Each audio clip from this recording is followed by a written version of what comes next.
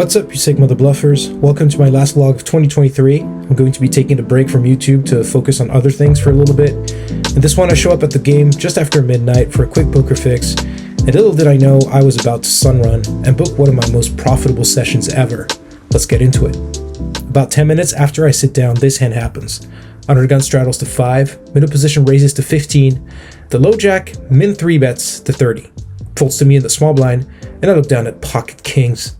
I 3-bet to 80, which is way too small. I should be making it 100 at the very least. Anyway, my 3-bet is big enough to get the initial raiser out of the way, but the low jack 4-bet jams for 130 total. I make the call, and we're off to a run out. Flop comes 5-9-7 rainbow. Turn is the 10 of diamonds. River is a 6 of diamonds, putting a potential flush on the board. My opponent mucks. I take down a nice spot very early on in this session. About a half hour later, probably the most competent player at the table opens the action to 10 from under the gun. It folds to me in the low jack, and I look down at ace king offsuit. I 3-bet to 40, and the under the gun initial raiser is the only player to make the call. We go heads up to a flop of ace 10 5 2 diamonds. Under the gun checks to me. I throw out a c-bet of 55, and they make the call. The turn comes to 4 of diamonds, putting a potential flush on the board, which I don't love. With this board and my stack to pot ratio, I'm not sure how much to bet. I eventually land on 90, and under the gun calls again. The river comes a brick, and under the gun checks for a third time. Not sure my hand can get a third street of value here. I go for a nitty check back, show my hand, and it's good.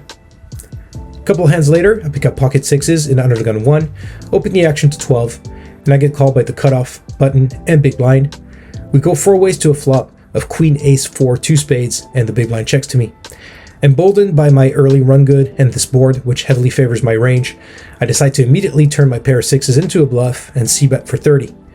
Cutoff folds, button snap calls, and the big blind folds.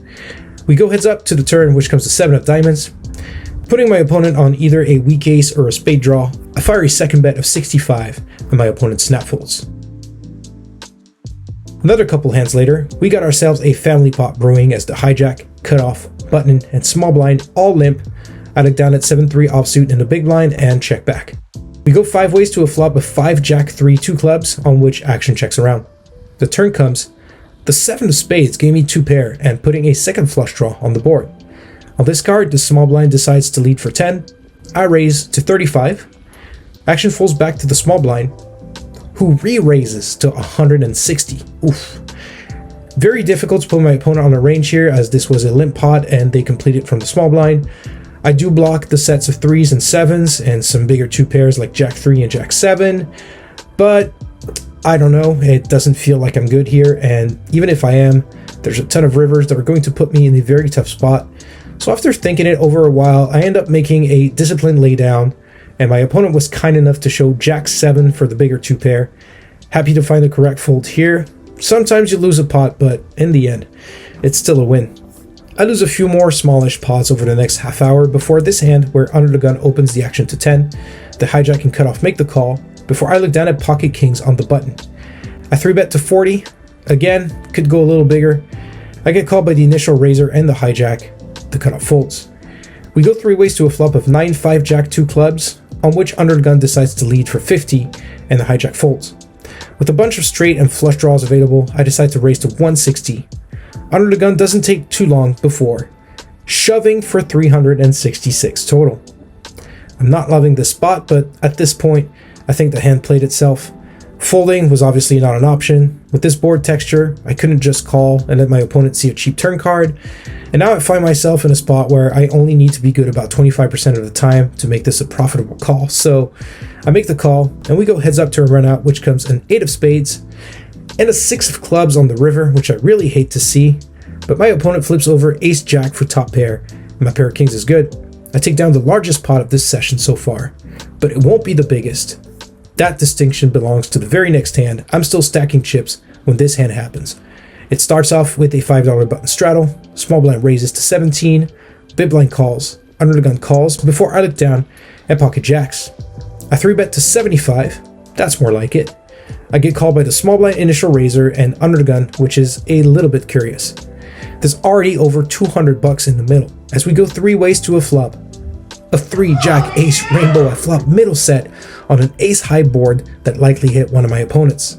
Both players check to me, and because at least one of my opponents most likely connected with this ace, I'm not going to be slow playing here. I continue for 100. The small blind check raises to 225. Think about grandma. Think about grandma. Under the gun folds, and I just call. We're going heads up to the turn, which comes the 8 of clubs, putting a flush draw on the board. My opponent bets again for 200 bucks, an oddly small sizing. With the board becoming more connected and my opponent only having 275 behind, I decide to go all in, and my opponent goes into the tank for about a minute before making the call. The river comes a brick 6 of diamonds. I show my set, it's good, and just like that, I take down the biggest pot of my life, almost 1,650 bucks. This is the cum shot in the vlogging world. No, don't do it. You're jinxing yourself, man. You're jinxing yourself. About a half hour later, it's close to 2 a.m., so it's closing time here at the game. I do get involved in one more hand where there's a limp from under the gun, small blind completes, and I look down at ace king in the big blind. I raise to 10, and both limpers make the call. We go 3 ways to a flop of deuce 6 king rainbow. The small blind checks, I continue for 10, undergun folds, and now the small blind check raises to 20. This is the same player that 3-bet me with the bigger 2 pair, so I decide to proceed with caution, but obviously never folding here, I make the call. We go heads up to the turn, which comes to 5 of diamonds, putting a flush draw on the board. The small blind slows down and checks.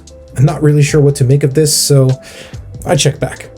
The river comes to jack of clubs, and the small blind bets 25. I have a very easy call here.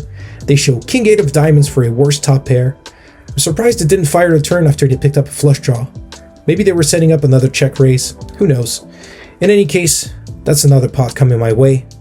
The game breaks shortly after, and after buying in for 300 bucks less than 2 hours ago, I find myself cashing out for 1,590, booking a profit of 1,290, one of my biggest wins since starting the vlog. I briefly contemplated staying home to do some editing, but I'm glad I ended up going out to play, as it turned out to be a much more lucrative decision. Thanks for watching, good luck at the tables, and I'll catch you later.